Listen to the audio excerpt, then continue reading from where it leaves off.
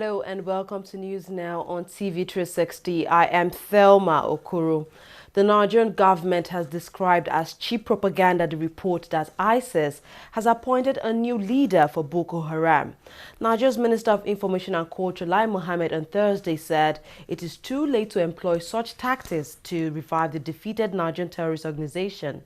Earlier, the Nigerian army issued a similar statement saying the announcement of a new Boko Haram leader is irrelevant to its operation in the northeast region. ISIS on Wednesday had announced Abu Musab al-Banawi as the new leader of Boko Haram, but the military says the announcement is only aimed at seeking attention and relevance. Barely 24 hours after militants of the Islamic State announced the appointment of a new Boko Haram leader, Abubakar Shekau has released an audio message saying he is still leader of the group.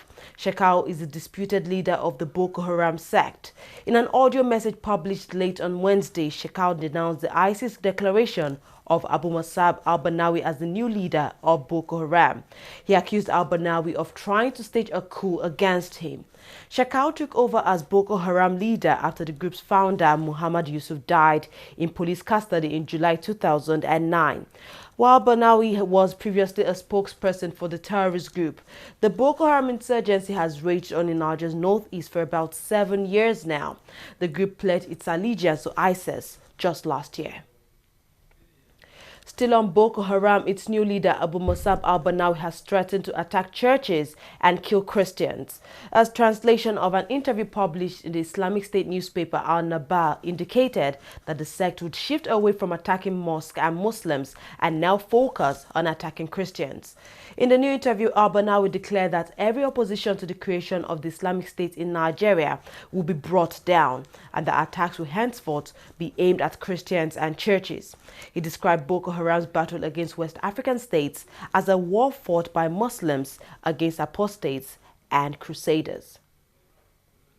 The Nigerian government on Thursday blacklisted the Nigerian Development and Construction Company (NDCC), an importer of seller of explosives in Cocoa Delta State, for reportedly diverting explosive devices. In a statement issued, the Minister of Solid Minerals and Development, Kayode Fayemi, ordered the company's business premises be sealed off immediately. He also ordered the withdrawal of the company's licenses. It says an investigation by the Office of the National Security Advisor revealed the company was involved in illegal diversion of explosives between 2015 and 2016. Acting Inspector General of Police Ibrahim Idris has paid a visit to some towns in the Ikorodu area of Lagos State. Suspected militants who have kidnapped many residents and also killed some landlords in the area have made many residents flee, forcing the security agencies to intervene. Over the weekend, the Air Force bombarded the militants in a bid to end their activities in the southwest region. Now, the police has also been deployed to stop the militants from attacking the region. Over the past few months, armed militants had made life a living hell for residents of some remote communities in Ikorodu, Lagos State, and Arekpo in neighboring Ogun State. With the militants striking almost on a daily basis by kidnapping and even killing innocent people, most of the residents in the affected communities have fled, leaving streets in the areas deserted. But in the past 1 week, the people have had a reprieve as the joint security forces are now taking the fight to the militants. The Nigerian Air Force hit the militants with the airstrikes, while the army and the police have now gone in to rid the area of the criminals. The operation has not stopped there. The Nigerian police force is now parading the area to ensure the attacks do not happen again. Acting Inspector General of Police Ibrahim Idris has come here for an on-the-ground assessment of the situation. So this is pipeline. And this is where the activities of the vandals are taking place. So as you can see, the place is very thickly forested. The red patches is the suspected enemy's camps. So our deployment. So we have been, before now we are tasked to provide a blocking force to deny the enemy access and freedom. However, due to the recent activity of the militants, which necessitated the offensive action, we have deployed some of our troops at Ikorodu, which is close to Target Bravo. So for past 48 hours, we carried out insertion operation into the general area, and we have been able to mop up the gain of the airstrike and completely destroy the enemy camps. The acting IGP is then given an extensive tour of the community, where he meets and interacts with residents of the community. Everybody is a security man in his own right.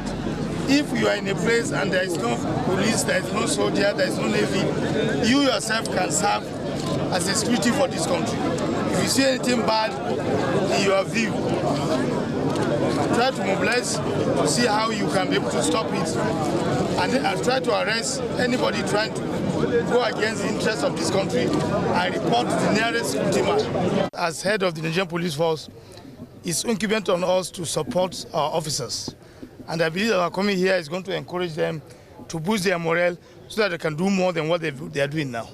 Right. And you know, as you said, I have been here and I have so much from yesterday to today. And we are trying to see that obviously it's our responsibility to assist them in the operation they are doing, especially in the areas of deployments of our marine police here, which we are going to do. Two is that obviously to sort of encourage the local community to support what we are doing here as security agencies. Relative peace has now returned to the communities. Some of the residents are now coming back home. They say they remain grateful to the security agencies. We have been going through a lot in this community because it's not easy. We have been facing a lot of crisis in this community. Yeah, those militants, those guys outside there, they have been disturbing all of us. So some of our friends have been kidnapped, keep killing and raping all this community of 18.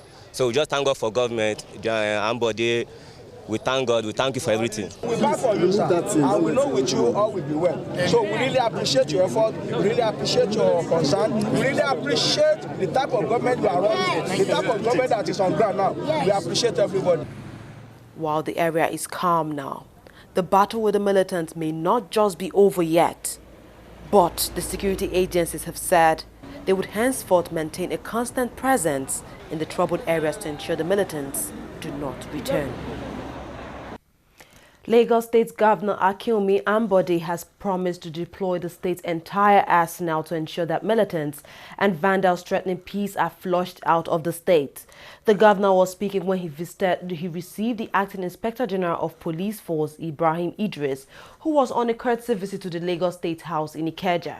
He said the recent military onslaught in the areas where such criminal elements have been hiding was yielding positive results, assuring that all efforts would be made to sustain the success recorded so far. In the last 1 week, a joint onslaught by the Nigerian Army, the police and other security agencies has been carried out in some communities within the boundary of Lagos and Ogun State. The communities have been attacked by militants and oil thieves who usually leave dozens of people dead during such attacks.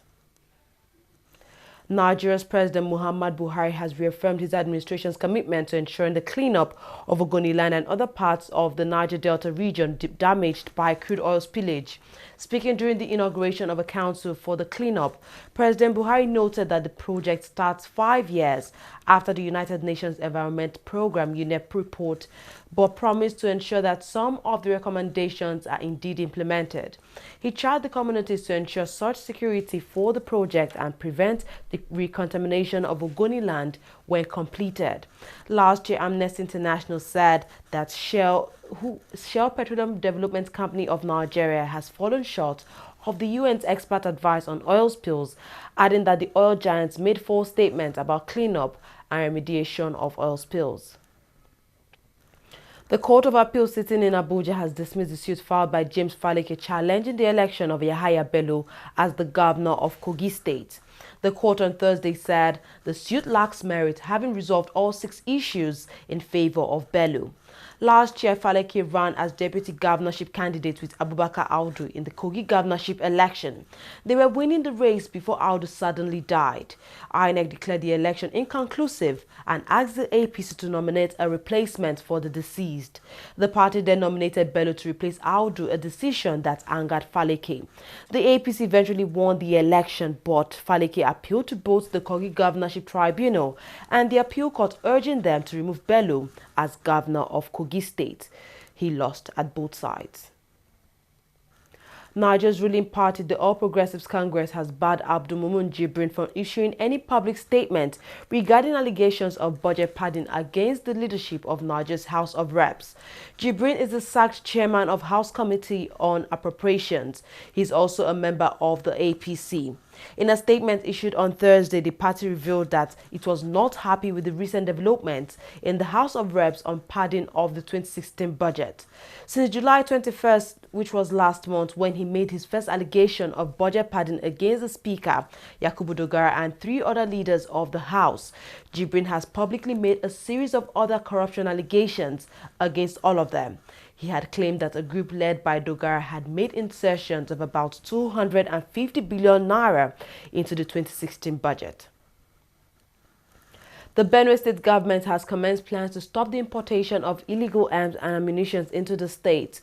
Communities in the state and across Nigeria have been plagued by numerous clashes between herdsmen and farmers, leading to the loss of several lives and destruction of property. Speaking in an interview, Kuman Inyenge, who is the chairman of the Importers Association of Nigeria for Benue State chapter, revealed he had been appointed by the state government to ensure that illegal arms are no longer imported into Benue State. My letter has actually been given to me, but has been assigned, but I never came to pick it because of the logistics and the busy nature of my assignment and my work over there, the workload. So I'm traveling and doing things. So just today I had to come to pick it up as well as get the other guidelines so as to move the state forward. Benue State Command, as I get this, we'll get back there to Benue and then restructure the whole command. We have the structure of the command, the organogram on the ground, and then we start to move the governor, His Excellency, and then see how we can now start what IMAN NAT force is in the state. So those people who are already there employed and all that, we now go into operations. Because we have 23 local governments in the state, we now need to go into operations in terms of seeing how we can track down the illicit trading and of small arms and ammunition. We'll take a short break. When we come back, we'll look at how NCC's fight may have affected MTN Nigeria. Stay tuned.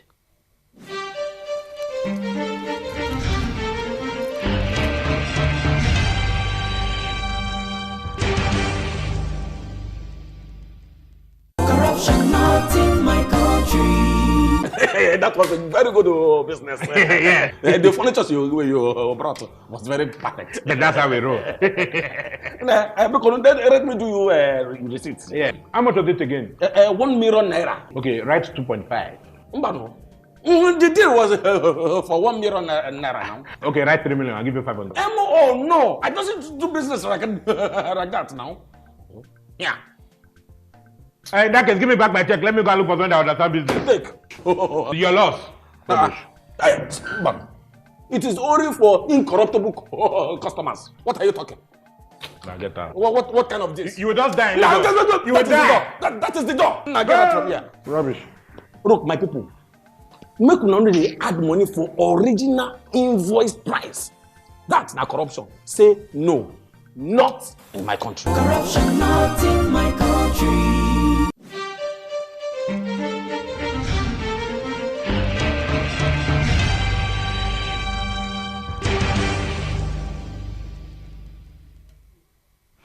Welcome back. The Nigerian Naira fell to 390 against the United States dollar at the parallel market.